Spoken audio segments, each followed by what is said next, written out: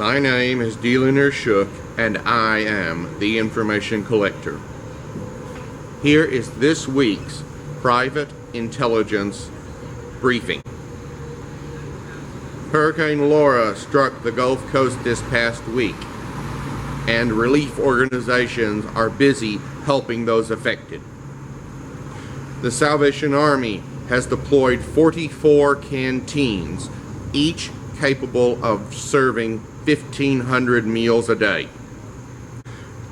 Southern Baptist Relief has deployed its canteens, which can serve 10,000 meals a day, along with chainsaw and mud out teams.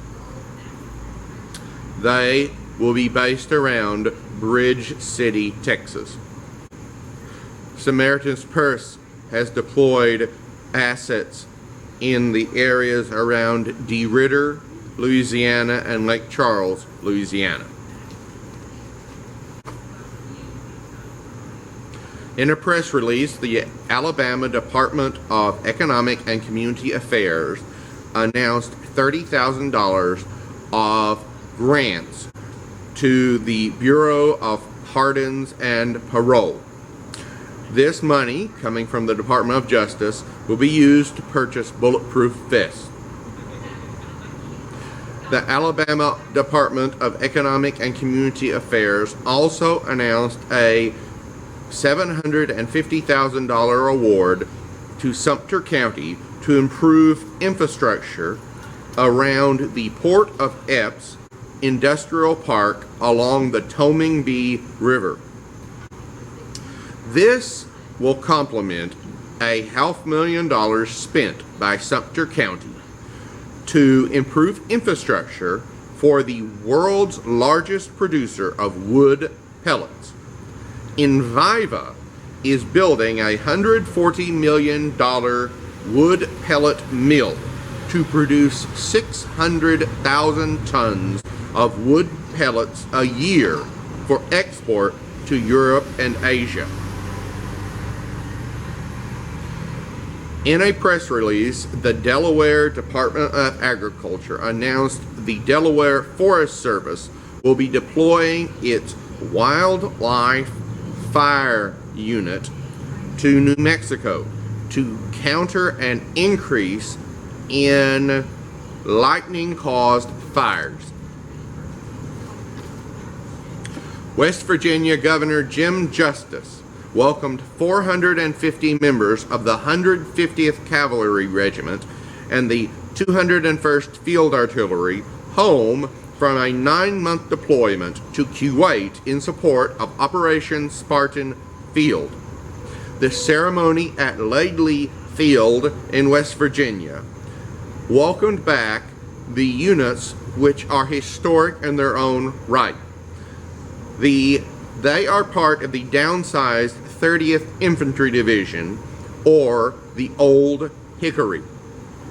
The 150th Cavalry Regiment is a descendant of the Greenbrier County Militia, which dates back to the American Civil War. Their tasks involve reconnaissance, surveillance, and target acquisition, which continues the traditional role of cavalry as sounding the alarm and delaying the enemy. The 201st Field Artillery, also known as the 1st West Virginia, continues the tradition of the oldest regiment in the U.S. Army, dating all the way back to the French and Indian War. Lexington, Kentucky announced the completion of the first citywide fiber optic network. This 2.5-year effort by MetroNet placed 4.5 million feet of fiber optic cable around the city, making Lexington a gigabit city. On Friday, the Colorado Department of Agriculture launched the 148th Colorado State Fair. Obviously, it's a little different this year. There will be a streaming livestock show. And this year, it won't just be streaming into the arena and out of the arena. There will be virtual day camps. There will be a state fair channel on Colorado Public Television. There will be a reverse parade with the attendees driving by the stationary floats, including the 2020 Fiesta Queen and her court.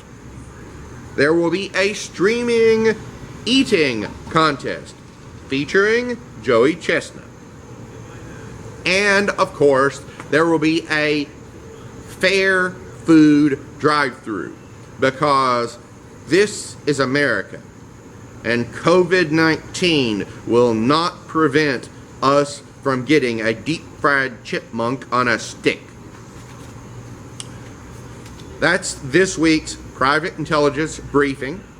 God willing, I will be back next week with more information that you need to know, including where to get a deep-fried chipmunk on a stick.